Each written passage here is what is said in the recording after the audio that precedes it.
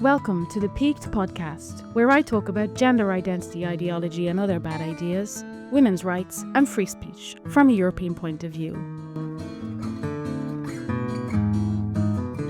So, Sarah, how are you doing this morning? And can you start by just telling me a little bit about what your job is, please? Hello, Róisín. I'm glad to be here first. Thank you for inviting me. I'm a mental health professional and I work in Belgium. And I am very regularly confronted to young people suffering from gender dysphoria. Right, that's interesting. You're regularly confronted by people suffering from gender dysphoria. Are you is it known that's an area that you're interested in? Or why is it that people with that particular problem go to you so often? Or is it just that there's so much of it around at the moment? I think the three reasons are true. I think there's a lot of them at the moment. I'm currently for the last few years. I think they are sent to me because I try to help them by psychiatric assessment and psychotherapy or medication. And it works quite well. So that's why the parents who are not convinced by this trans identity, don't know which word to use, but Phenomenon. phenomenon. Trend. So trend, yeah. They come to me because in Belgium, there's a conversion therapy ban that is very threatening for mental health professionals. Mental health professionals are really scared to be labeled as transphobic and they risk 3 years in prison because of if they are considered to be doing conversion therapy. So most professionals send their patient to clinic that transform the bodies of these kids instead of trying to treat them by psychiatric treatment. Right. And so I spend quite a bit of time in the groups and the fora for people in Belgium who are either suffering from gender problems or identify as trans.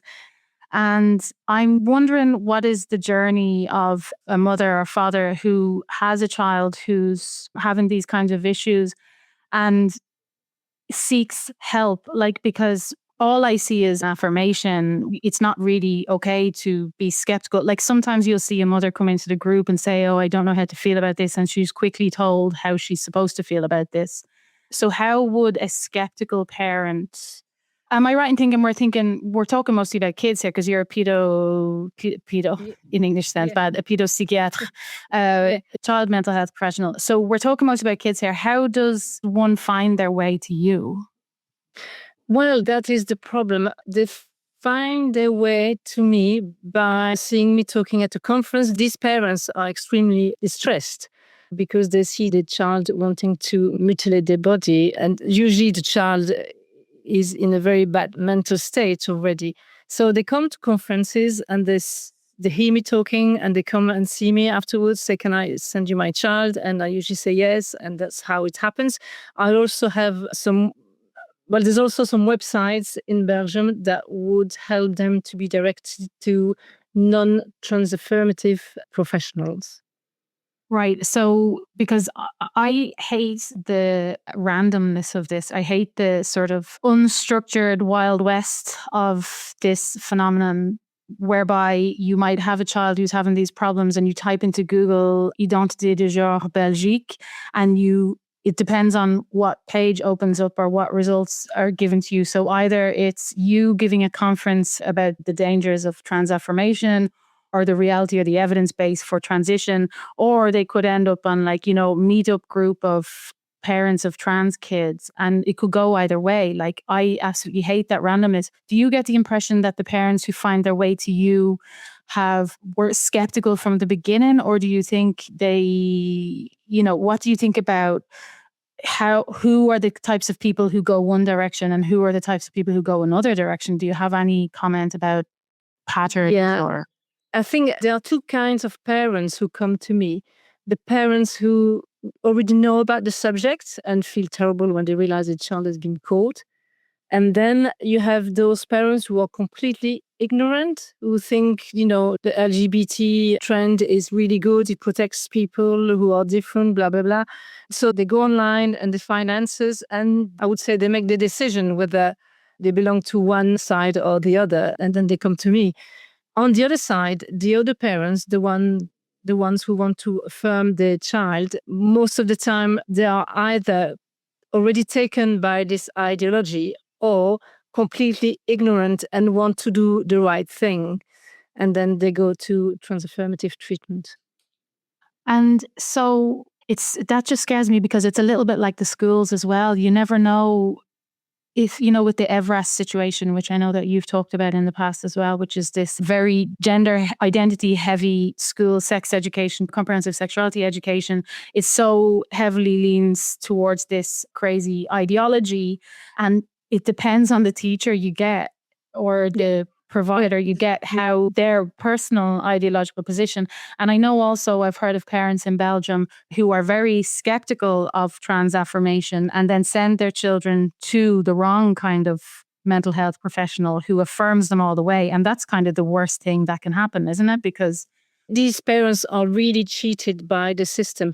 There's a website called Cry for Recognition, which is a website for parents who have been caught in that transaffirmative way. And these parents who are ignorant, but they really want to help their kids, so they take them to transaffirmative treatments because it's usually in university hospitals, so they think this is the best treatment. So they go there, and then at the first meeting, they realize that the mental health professional doesn't want to hear the story. They're just there. The parents are just there to be convinced that the child has to be transaffirmed, and they feel extremely frustrated because they never heard. It's not an assessment of the child, social situation, family background, or mental health. It's just a session to convince the parents to let them affirm their child. And it's extremely frustrating. So we're talking now about mental health professionals, whether they're psychiatrists, psychologists, psychoanalysts, I don't know. These are counselors, social workers, whatever. We're all supposed to be working off the same assumptions or more or less bases that, there were certain rules and certain requirements and certain foundations. I don't really know what I'm talking about, but, how have we gone so astray? How have some practitioners, individual practitioners, who may have had the same training as you and the same starts as you, same parcours as you, how is it that they're ending up on this, having this bizarre, different view? Yeah, my hypothesis, and it's by taking an overview of psychiatry in Belgium. Psychiatry and child psychiatry in Belgium and in France, for example, because we're really at the same level of, towards this problem. The psychiatry in Belgium is still completely taken by a lot of ideologies, which is like these ideologies are actually beliefs in one sort of, hold on, the word in English, epistemology. In French?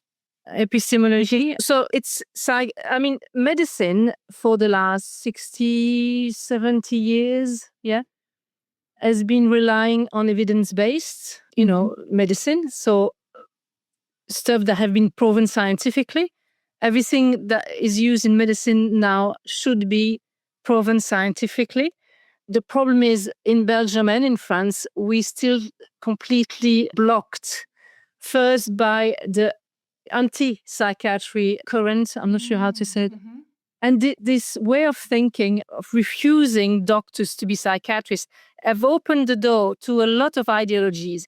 That means a lot of professionals will describe themselves as belonging to a theory, but in such a strong way that it's become an ideology and then a cult. Because, if you belong to the psychoanalyst cult, and I'm not rejecting everything about psychoanalysis. I'm saying that theory that is interesting, the concepts are, of psychoanalysis interesting, but they've become like it's become an ideology, and then it's created a cult, which is against other cults like the systemic therapy cults, I would say. And again, I'm not against systemic theory. I am a family and systemic therapist, so to prove you that I'm not against it. But the way it's become, and it's difficult for me to explain in English, I'm sorry. But so old psychiatry is invaded by a lot of ideologies. And ideologies use concepts that are not proven scientifically. So it's an open door to a lot of false and dangerous beliefs. And that's And how in your sorry to interrupt. In your experience, is this unique to Belgium and France, to Francophone world type setup, or is this also in other countries?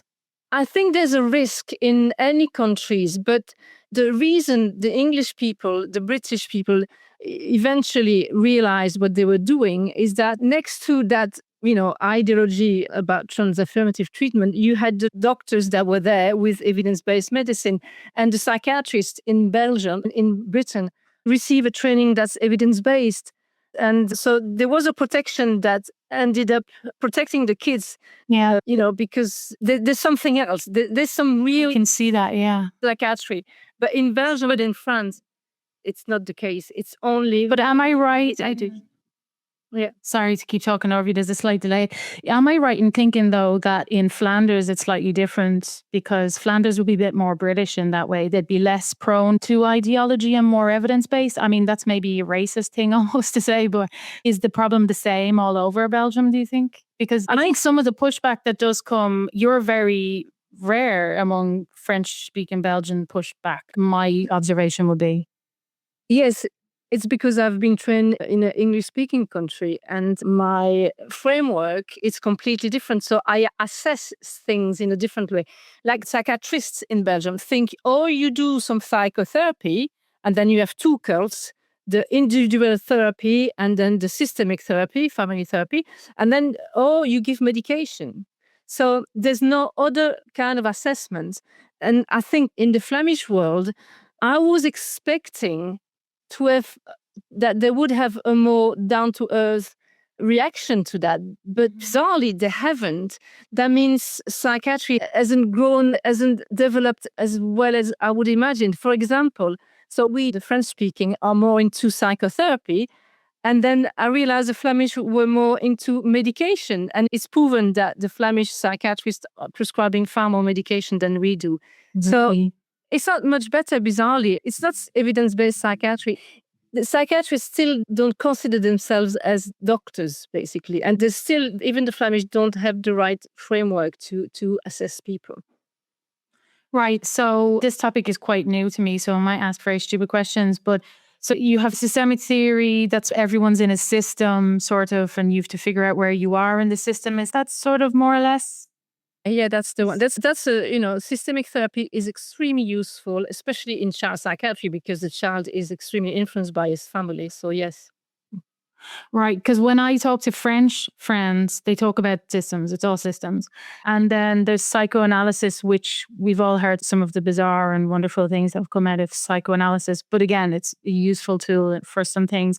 And then there's drugs, basically. What you're saying, I think, is that ideology and political ideology even has far too much influence on how this kind of medicine is practiced in the Francosphere. Would that be fair to say? Yes, I think because they haven't really understood the process of mental illness. They still seek answers in different ideologies, basically. So it's ideology. It can be political ideologies, because an ideology can take many, many directions, I would say. Many. Is it related to like French postmodernism ideas that a lot of people talk about?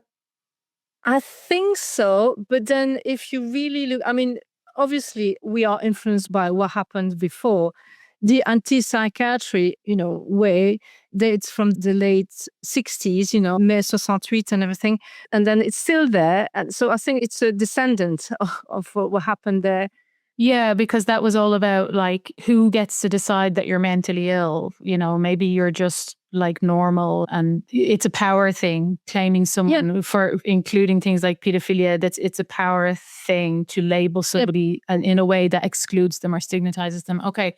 So what's interesting then is we have this mismatch, because you have on the one hand, the treatment of this problem is different in different cultures, but the problem is pretty much the same. Like what we see happening in Belgium with young women, especially, is almost copy pasted from the US, from the UK, Australia. It's everywhere. It's exactly the same thing, which shows that it's sort of culturally traveling through social media, whereas the response to it is not, because it's not, we don't conduct we don't construct our ways of working with mental illness through social media. It's through different channels, but the problem itself is definitely social media mediated. So you are getting the same profile of people, I imagine, in your practice as you see everywhere else? Yeah, I get, very similar profiles. And the first ones I saw were kids who were adolescents, who were fluent in English. So the social media allowed to the contamination much faster than it would have been done without the internet. So a few years ago, all the patients coming with gender dysphoria, they were speaking English fluently. But then now it's in the French social media, so I can have all sorts. But when I help kids getting rid of the gender dysphoria, is amongst everything I put in place is a screen detox, obviously. Yeah. Because I remember the first time I came across you, that was kind of, at that time, at least a few years ago, was your main thing was screen detox. Yeah. Because it causes so many problems. Can you tell me, do you remember which year it was that you encountered your first gender case? I suspect it was around COVID. That's always a date that you remember. Maybe a bit before or a bit after, but around that date. But after COVID, definitely a lot of them came. But just after COVID, there was no ban on conversion therapy. So lots of professionals allowed themselves to try to help. But now professionals are too scared to be labeled, transphobic, because, the belief is that if you try to get them rid of the gender dysphoria, then that's because you're transphobic. I'm not transphobic because I try to get rid of gender dysphoria in my patients, just like I'm not anorexiphobic when I try to treat a patient with anorexia, just like I'm not depressophobic when I try to treat a patient with depression. So that doesn't make any sense. I want to come back to how you first realized that there were other people dealing with this issue as well, other professionals. First, I just want to pick up on something you said about depression. I was seeing a psychiatrist a few years ago when I got into this stuff, and I couldn't believe it was happening, etc. And I brought it up with my psychiatrist, and I said, and she's a wonderful person, she's lovely, but she couldn't believe that I would be against it or find it troubling that anyone would affirm a person who believes they are the wrong sex. And she said to me, but when you came to me and said you were depressed, I didn't deny that was real. How would you respond to that? Yeah, but I hope she tried to help you and get rid of your depression, because that's what we are supposed to do. So, of course, I believe my patients when they say they have gender dysphoria. I completely believe them, but I try to improve the mental health by many ways, and then the gender dysphoria disappears. Of course, that's bizarre to say that, I think she was thinking on her feet. I think she hadn't been asked the question before, and that was what came out of her mouth. And maybe she went away and talked about it. I just decided never to talk to her about it again. I stopped. I didn't see her. Like, that was a short period a long time ago. But then I actually saw her. I actually noticed that, as you know, we have in Belgium this organization called Trans Kids, and this is the Affirming Parents Club. And I think it has state subsidies as well.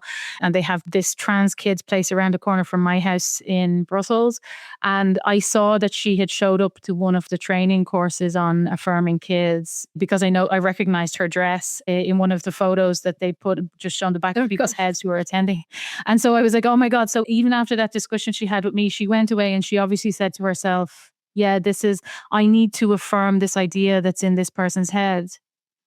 Yeah, and unfortunately, that's the case for many mental health professionals because, as I said earlier, they're not trained properly and they are into some kind of ideology, either one or another. But that means they don't think with a common sense, I would say. I think in medicine, you really have to use a common sense before anything else. But when the theory you're using has become an ideology, and when you yourself belong to a cult, then you can't use your common sense anymore. And then a lot of psychiatrists, first, nobody works the same way, which you could say could be good for patients, but it's too different. There's no common ground. There's no medical ground. A lot of doctors also went to psychiatry to really help people get better. So there's also this position of wanting to save people and wanting to be the nice one, because people who go and see a psychiatrist are usually in distress mentally, and they want to face somebody who is kind and is going to really listen to them. But this listening is going a bit too far, because anyway, so they don't do a proper psychiatric assessment. Yeah. Is there, like, this might sound like a really stupid question, but is there becoming a sort of a left-wing type of mental health treatment and a right-wing type? Is there what's the conservative approach and what's the left-wing be kind militant approach? Yeah, I think, but because everything now is split up into, far right, extreme left. And if you say you're more from the right, then there's no right anymore. Anyway, you're far right or you're left, basically. You're a good person or you're a far right extremist. Yeah. There's only two things. I mean, that's my opinion. I think the left wing is the good politicians and the right wing is the just politicians, the right politicians. They are trying to be just and right and in the middle. So, of course, if the psychiatrist really want to save rather than help his patient, then it will be, linked to the left wing, because, wokeism has got its origin in the left wing, who just wants to really help people and save them from and give them what they want, I guess. So you go in with distress and you say, I have this fantasy, and they say, we're going to do everything to help that fantasy come true. Is that essentially what they're doing? Yes, because if you have a savior attitude, you want to give the patient what he wants. If I'm a psychiatrist who does medicine, I want to improve their mental health, which doesn't always go by giving them what they want. And most of the time in life, you help mental health patients by, improving their lifestyle and making them going back to work, because not working is very bad for your mental health. And doing some therapy. And if you want to do some therapy where somebody listens to you and say yes to everything and victimize you because that makes you feel better in the short term, you're not going to get any better. I always say to my patients, when you go and see a psychologist or a psychotherapist, if you feel good when you get out, if you don't feel that you've been asked to get out of your comfort zone, then the person is not a very good psychotherapist. But the tendency now is to want to save people and rather than improve their mental health. That's so destructive. So let's get back to so we're in Belgium, it's post-COVID, but pre-conversion therapy ban. You'd started to notice that you were getting distressed young people coming in saying, first of all, how did that manifest? Obviously, we want to be very careful about keeping far away from any details of any one in particular. But in general, can you give me a picture of the profile and how did they bring it up? Like, what does someone say when they get into the chair? How did they present it? The first time I realized there was a problem in Belgium is when a mother phoned me. And you have to know that I never answer my phone for patients, because otherwise I would get overwhelmed. So the mother was so insistent with my secretary that I accepted to talk to her. And she said to me, I need a paper signed by a child psychiatrist to say that my daughter is actually a boy and she can have a name change in her identity card. And I said, I was very not aware of the problem. And I said, I insisted that, as any doctors would say, I said, I need to meet your daughter and I need to talk to her. I need to understand what's happening. And she insisted. And I said, no, I'm sorry, I'm not going to sign anything without seeing the patient. So she hung up on me. And just like that. And I thought, well, that didn't go very well. And that was it. So I realized, so I started to get information. And then patients started to arrive. And it was always the same thing. Kids out of school, spending all their time on screens, on social media, scrolling all day, inversing the night and day cycle. And then living their life through social media, basically. And then they got caught. Or sometimes it was like there was a few of them in a school, and then they get contaminated by a cluster in the school. And how they presented, the ones that were mostly sucked into it online in their bedrooms and their laptops and their phones versus the ones who were groups of girls in the schoolyard and lunch break, did they present, was there any major difference between those two types of groups, or was it the same sort of? It was quite similar, but in terms of their mental state, the one was scrolling all day. Their mental state was much more affected. So they had, signs of depression, social anxiety. When the other ones who had met some at school, they were usually still schooled, obviously.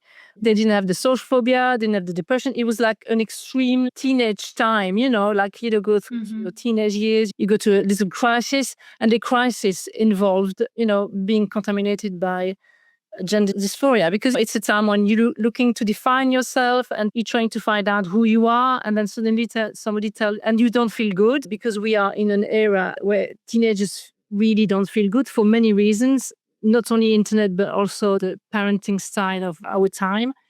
And then they feel bad, and then they meet a group who is very welcoming and who convince the patient that he or she is in the wrong sex. And of those two main groups, if we could split them, imagine a split for a moment, are they both as likely as each other to be same-sex attracted or tomboyish, or was there any difference there that you noticed? Well, yeah. Well, I remember reading the book from the Tavistock clinic, where the professional was saying soon there'll be no gay people in England because, they all become trans. I didn't have that opinion. I would feel is, well, probably it's higher than the general population, but I would say it's 50-50, but not automatically same-sex attracted kids. And anyway, Right. I see them, they're quite young, they're 14, 15. It's an age where you can try to have some sexual encounters with same-sex friends, but that doesn't mean you're going to become homosexual for the rest of your life. So it's difficult to say. But yeah. So that wasn't an overwhelmingly obvious pattern that they were pre-lesbians. Okay, right. No. So that's interesting, because I wonder what it says about the social contagion aspect of it. I mean, it's equally spread across. Yeah. And also, again, I think it's a mistake from professionals to say that people are homosexual at the age of 15, because, at 15, you meet your best friend, it's called homophilia. And then I know that a lot of my patients age 15 around, of course it could be 12 sometimes or 17, but they would say that they have a girlfriend. I mean, girls would say, I have a girlfriend. But if you really go into more details, there's no sex at all. It's just a best friend. But I think it's a bit more cool nowadays to say it's your girlfriend, that there's actually no sex at all, even not, the minimum, I would say. So it's, I wouldn't label a teenager, Right. That's interesting. Yeah. And in terms of the patients themselves, like, would they say to you, like before your first consultation, would you go into it knowing that they're coming to you for gender issues, or would you sit down with them and then they'd say, how do people generally frame it? Like, because I'm actually finding it difficult to imagine myself or anyone of the age between 12 and 17 and sitting down in front of an adult and saying, I am a boy on the inside. Like, what way do they say it? Most of the time, I do my psychiatric assessment and I don't talk about that directly. And sometimes I don't talk about it at all. And when I do that, some of them don't even talk about it the first time. They talk about it the second, third time. And then by then, I've already put them on some specific psychotherapy. And the subject sometimes doesn't even come into the conversation because they realize that it's got nothing to do. I mean, it's not really the problem, because when I assess them, I discover a lot of other problems to be dealt with. And some of them will tell me, as soon as they are in the room. But I said, okay, I'm going to do my psychiatrist assessment. I'm going to ask you loads of questions and we'll get back to that. And so it's never really a problem, but I wouldn't start my assessment based on the claim that they are in the wrong body, because they usually come with extremely specific and cliche sentences, sentences they've heard many times on social media or even in the school or whatever, in the dance class or whatever, because the sentences they've heard in real life are the same because, it's from somebody else who was on social media. So it's always the same cliche and always the same sentences that are coming back to it. Can you give me an example of the type of cliche sentences? Because I'm just, Yeah. go ahead. Born in the wrong body is the most common one. So they might say, je l'ai ressenti que je suis né dans un mauvais corps. Like that. Oh, yes. That's it. Just that's un mauvais corps. Yeah. Wow. It's so weird because in English, I think in English practice, I think patients would know not to come out with that at this point because there's so much activism around. Nobody is born in the wrong body. So that cliche has been écarté now. But yeah, I wonder what they're saying to UK clinicians. That's interesting. Before I continue with what happened post-COVID and the conversion therapy ban, I also want to know if a young person was having the same kind of struggles 15 years ago, how would it manifest before the gender era? Because obviously kids, especially girls, go through particular issues. I remember it myself. And how it manifested is I actually don't even remember. Some girls used to cut themselves, maybe still do. I see a lot of adult women now with scars on their arms in meetings, in corporate meetings, and you'll see 45-year-old women with scars all the way up their arms. And they're from years ago and they haven't done it in 20, 30 years. But I know quite a few. But what way did the same struggles that you're finding under the gender label as when you meet these people and you do your assessment, how did they manifest in the past? I think it's very, very influenced by the culture they're living in. And obviously now with internet, the culture is all, all mixed up and you don't have just one culture different from one another. But first you have to take into account the fact that teenagers the mental state of teenagers is being worse and worse, for the last 25 years. When I was a teenager, it was great to be a teenager. It wasn't a source of distress. You had a little bit of distress by thinking, oh, what are boys going to think about me? But mainly it was all positive. It was an increase of freedom. The hormones made you a bit high. It wasn't a bad stage to go through.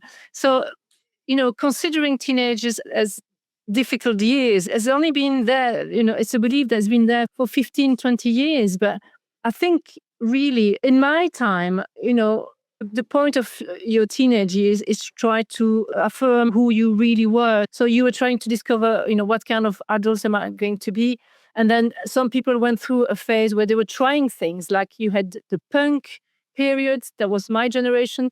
And then you had the goth one. And then, you had many trends that weren't dangerous at all. And I think the trans trend is like one of these, is like the goth before and the punk before. And some were more violent than others. The punk had loads of piercing everywhere. The goth are just people who don't wash themselves. I'm being a this, But, you see what I mean? And of course, it wasn't. And then you had, as you said, the self-harming period that is getting a bit out of fashion now. There's less and less kids self-harming and cutting their arms. So basically, it was very influenced by the culture. But the intensity... Right, that's an interesting perspective. Yeah, because the way I framed the question to you was with the assumption that just being a teenager is terrible. But actually, when I think back to it now, I think the main issues that I had in that period was actually just, oh my God, the whole world is looking at my body right now. And I don't know why. And I wish it would stop. Yeah, exactly. Yeah. But I still need to deal with. When you're teenagers, there's many characteristics in being a teenager. One of them is taking risks. But obviously, taking risk in my days was, cheating the authority, getting out without being seen. And getting out without being seen was, climbing off the window and spending an hour in the cold with your friends, and then you go back to bed. Nowadays, taking risk is getting a bilateral mastectomy. Yeah. Oh my God. Oh God, that's awful. We'll get back to the mastectomies in a minute. How did you realize that other people were dealing with the gender distressed patients as well? Like, was it during on the conference circuit, or how did it become a theme? Well, when you are practicing psychiatry with with an ideology, a specific ideology, for example, let's say individual psychotherapy, well, you can't possibly help the patient because most mental health problems in teenagers have two etiological factors. That means causes. It's a lack of holding environment, boundaries, limits that are set up properly without violence, but are there. And the other reason is the screen exposition, problematic use. So, but if you believe that psychiatry should be, giving individual psychotherapy, you're not going to help a patient by talking to her. I had some patients who've been seeing psychiatrists or psychotherapists, and all they did was talking to them for 45 minutes, an hour. Then they go home and they carry on scrolling for 15 hours. So it's not going to ever make them better. So these people were not helping. So when these people realized they weren't helping and were offered some transformative treatment, they thought, well, that must be the solution, the right way to treat people, because obviously it's got a huge placebo effect. Giving puberty blockers to a child has got a huge placebo effect. So within days, they feel better. And then they feel bad again. Obviously, it doesn't last. And they feel even worse than before because they've got the puberty blockers that have huge effects on their mental and physical health.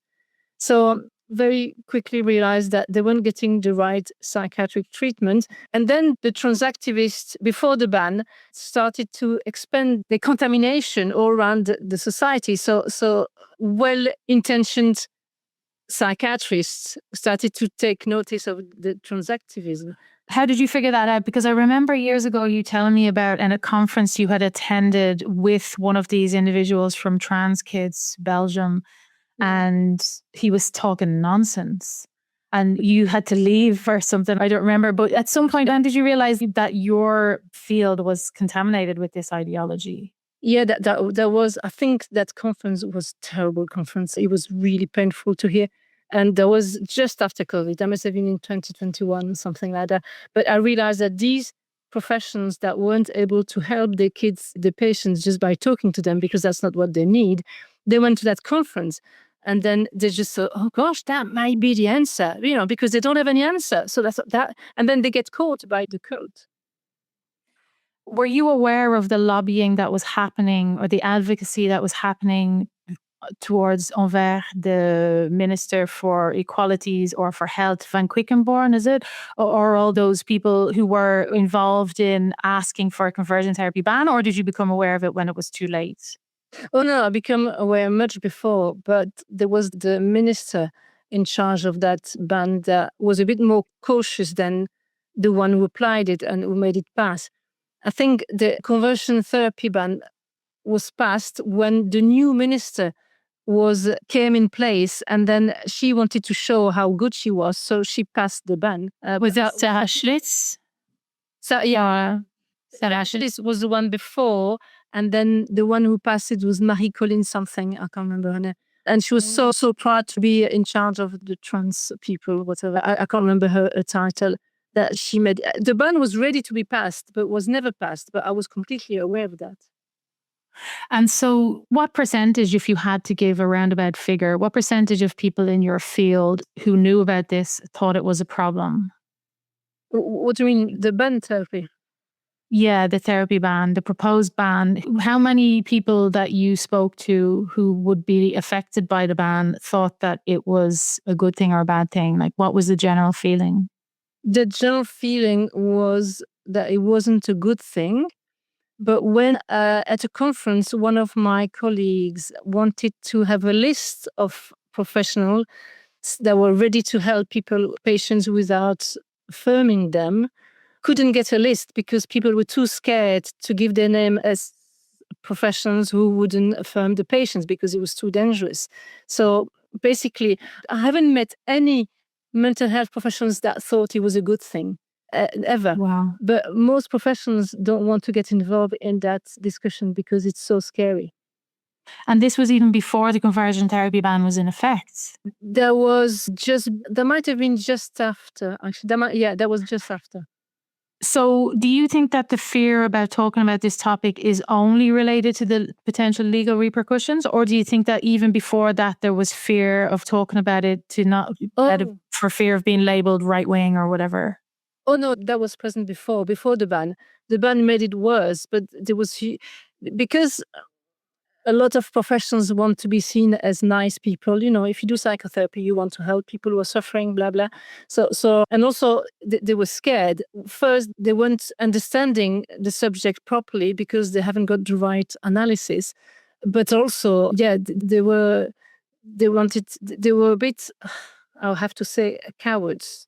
And still now, I mean, now more than before, most professionals now know about the transactivism and the mutilation of kids, and they completely agree with me.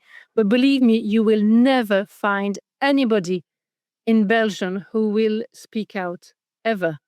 This is the aspect of this that I want to know about. Like, how can, and this applies to so many fields, how can people just say nothing? I just don't understand. What is it about you that do you think, and like you can flatter yourself all you want, but what is it about you that made you say, no, no, no, I will risk my career, whatever, my reputation, because I can't watch this and not say anything? Like, what is it about your psychology? Because you're the best person to ask about this because your job is examining people's motivations and minds. I think there's probably two reasons. One of them is that my English might be a bit better than most psychiatrists, even though it's not perfect. So I read a lot of what's happening in English literature or media, and a lot of my colleagues can't speak or read in English, so they're very limited to any articles or any publication about the subject, so they don't master it. And then the other reason is that my framework, as I said, my way of analyzing the problem is I acquired it from my English training, and they don't have that training. So they don't have the same way of analyzing. So I think that's the main reason. And also, I couldn't sleep at night if I tried to defend kids from this mutilation because, it's our problem, mental health professionals, to prevent and to alert people about what's happening. Yeah, exactly. Because everyone is looking around for the evidence that this is bad. And the people who are in the best place to produce the evidence that this is bad are people who deal with mental health issues. And if you don't do it, we're really screwed because they're not going to listen to a feminist on Twitter or a politician who's just saying it for votes. But we need data, we need evidence. So yeah, you're right. You are the people that everyone is going to look to. But I've noticed that a lot of the data in French on this topic comes from Swiss universities who seem to be completely captured. Maybe I'm just looking in the wrong places, but whenever I come across a French language, this subject treated in French language often comes out of like universities in Switzerland that seem to be completely nutcases. But I mean, I guess they're all over France as well. All right, so let's talk it specifically then just about how you encountered the conversion therapy ban in the field, if you wouldn't mind telling me that story. Well, I was aware of the ban when it was passed, obviously. And then, but I carried on seeing kids, obviously, and there were more and more kids when parents found me. The problem with the ban, I encountered a few problems with the ban. One of them was when I started to see a child and I referred her to a psychotherapist because I usually deal with the parents and screen detox, blah, blah. And some individual therapy is done by a psychotherapist. And the psychotherapist received some threatening emails from a university hospital asking her what her intention was by seeing the patient because she wasn't affirming the patient. So the emails were extremely threatening, and I had to help the psychotherapist to reply to that professional from... Were they activists in what was the link with the university? They were linked in some way to the... Oh, yeah, they were from a university that affirmed kids, and I think it was a young mental health professional and who probably believed in transactivism and into affirming kids. It was just a young, I would say woke professional that really thought you should affirm patients. So yeah. And then the second thing is I heard about a psychologist having a complaint at the psychology commission because she didn't call the patient with the right gender.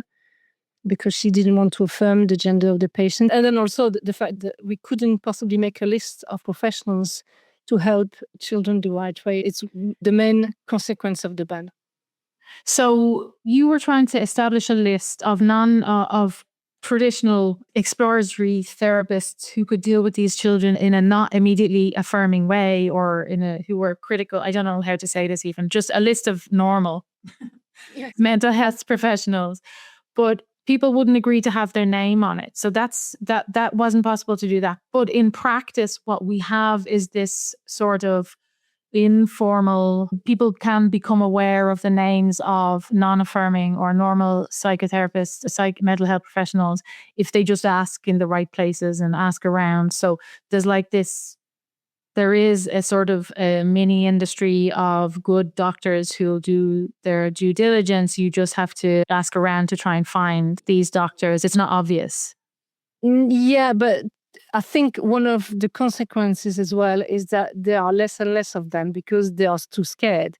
So, if they find that the patient is insisting on affirming them, they started to be scared. And most professionals now are directly, because they don't master the subject, even though they should, because it's their job, they don't master the subject. So for them, it's just like the patient, they don't really care much about the patient. They say, okay, I'll send him to transaffirmative treatment because it's legal in Belgium. That's what they do. They don't really ask themselves the question, is it the right way? And if these professionals are unable to help, then I can understand they feel powerless. There's a ban there that could get them into trouble. And, they have so many demands and, we are so overwhelmed with patients that it's easier, just send them to transaffirmative treatment services, and that's it. They don't look at the problem more in depth. So tell me about your run-in with the conversion therapy ban. So yeah, I did 2 appearances on the media. So I did an interview on a radio. That's the Catholic radio that's gone now, by the way. So there's always a judgment about the fact that I actually agreed to talk to a Catholic radio, which, Catholics are far right, blah, blah. So, yeah. No, that's important because it's very difficult nowadays to say you Catholic because you're already, labeled other. Oh, I know all about it. Yeah. And also the TERFs and the gender critical women in Ireland are all writing for the Catholic Herald now. And of course, it's the most fascist thing, whereas everybody was a Catholic until 5 minutes ago in Ireland. That must be quite interesting there. And then I participated into a debate that was supposed to go online. I guessed before that it was a trap to try to label somebody transphobic and to show the world how trans people were suffering, blah, blah. But the debate went very well and they never managed to label me transphobic according to what I said. On the contrary, actually, I got on really well with the trans person that was there. So based on these 2 interviews, these 2 appearances, 2 complaints were done to the police, one for hate speech and one for conversion therapy.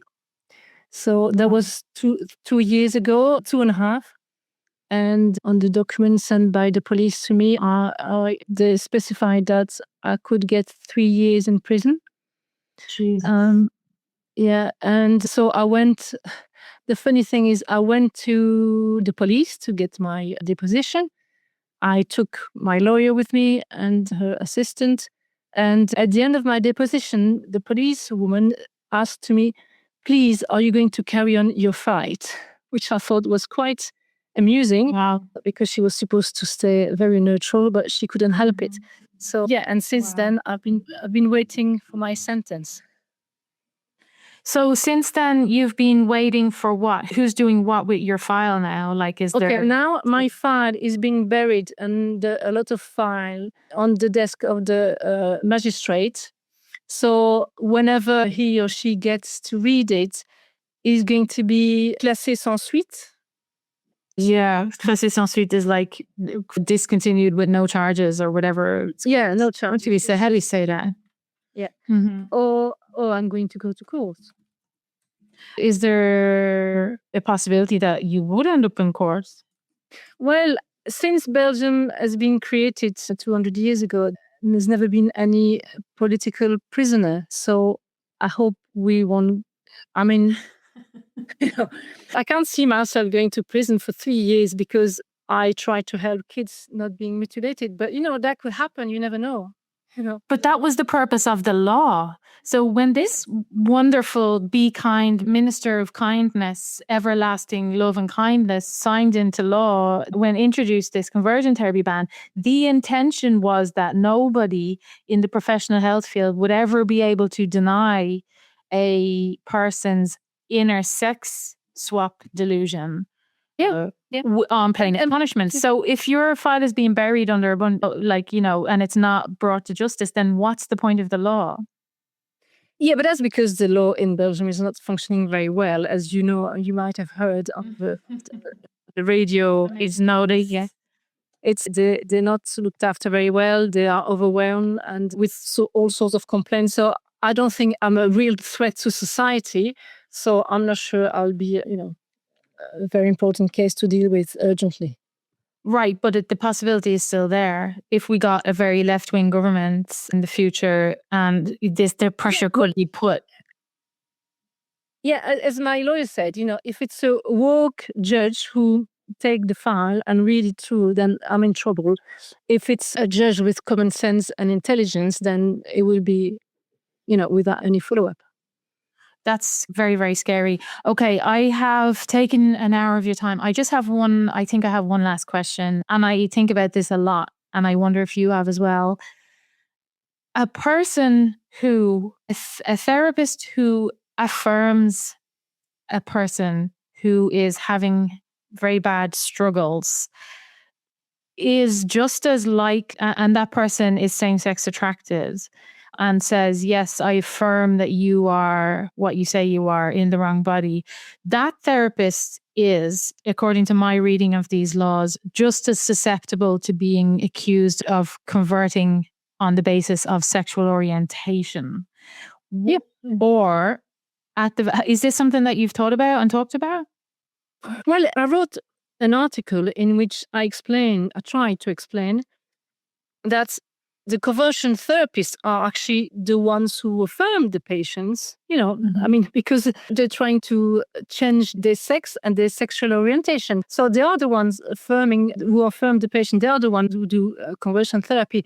But once the professionals and the politicians realize what's happening really, these people are in real trouble, just like they are in Britain at the moment. Apparently, there's more than 1,000 lawsuits about these cases because they are performing a really bad job. And what they do is causing iatrogenic effects, which is negative effect, but they're destroying people's body.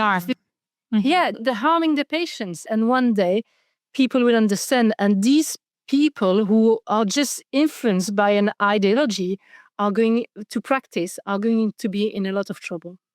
I might be in trouble now, but at least I can sleep at night because I know I'm doing the right thing. And these people are just, obeying an ideology that is very scary. And that's... So I think that the outcome on the ground is that in reality is that affirming therapists are saying, oh God, actually, I don't want to get in trouble. Even if I gung-ho for this ideology, I see that there's a risk.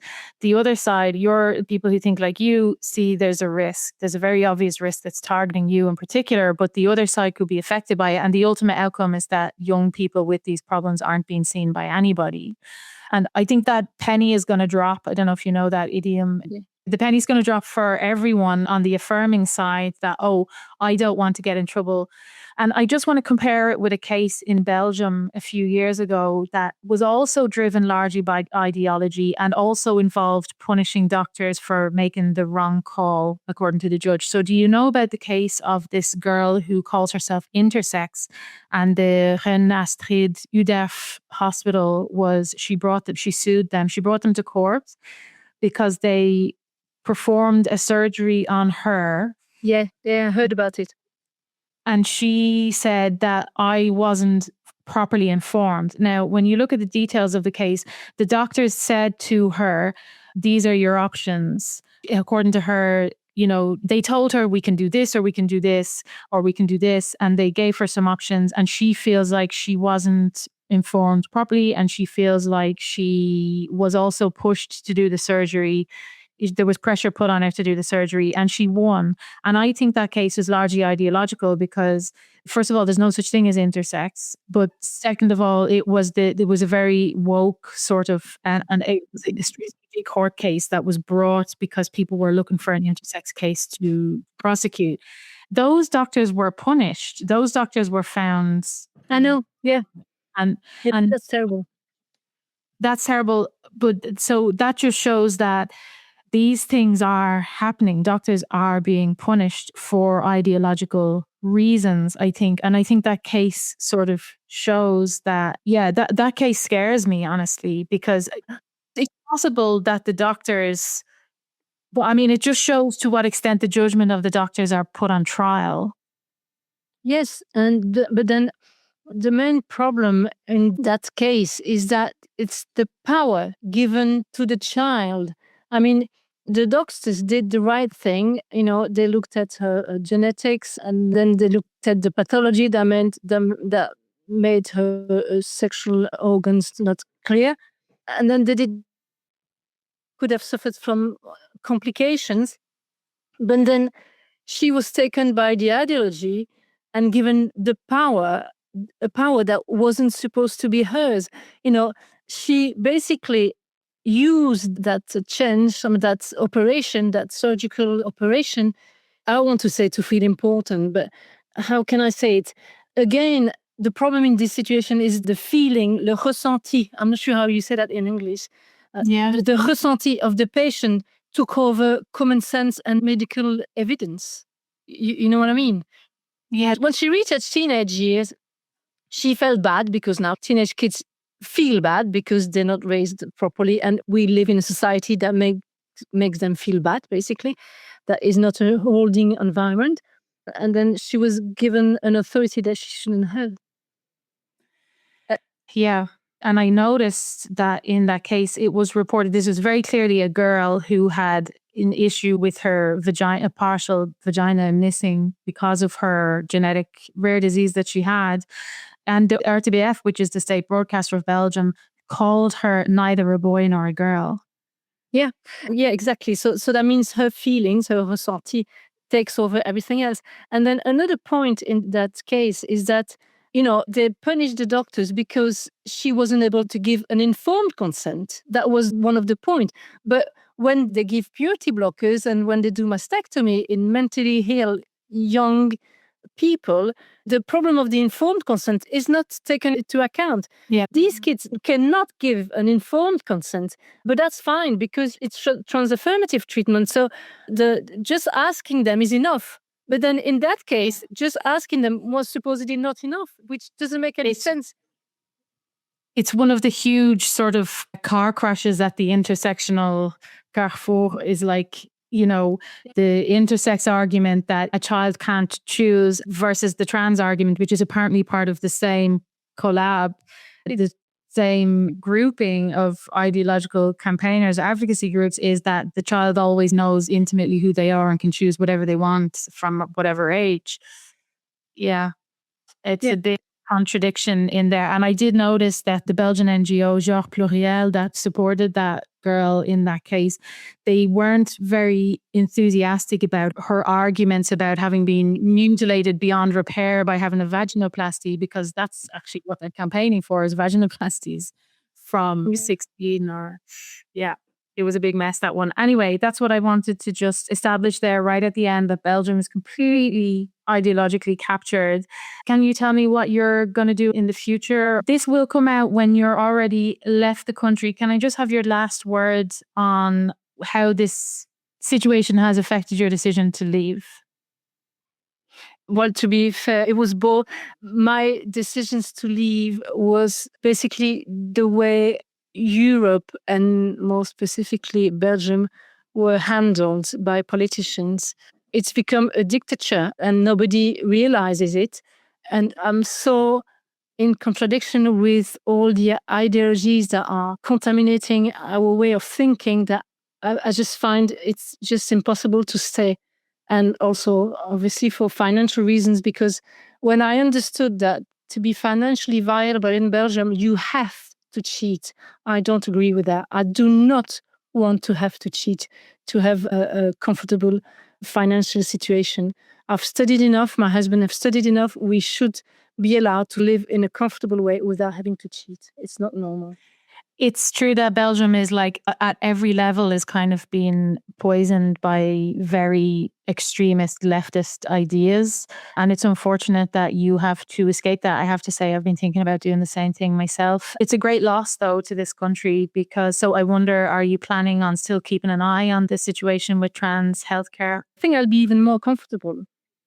Very good. Of course, I'm going to keep fighting. This is still my country, and I'm still hoping that one day they're going to get a bit more common sense and a bit more intelligence, what to say, the politicians to deal with what. To roll back, or to confront it or to do something about it. Yeah, it's funny because you're leaving your country, but I'm thinking of going back to my country because I think my country is savable. I don't know that Belgium is really savable because your culture is so fundamentally different in the sense. Well, you see, I'm not Belgian, so I can't tackle the Belgian problem as well as I could tackle the Irish problem because I know how people think over there. So I'm really glad that you're going to continue to try from your new place of residence. So that's awesome. And thank you so much for talking to me.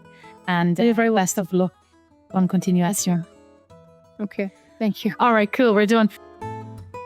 If you like my work, you can subscribe to my newsletter by going to peat.substack.com and taking out a paid subscription.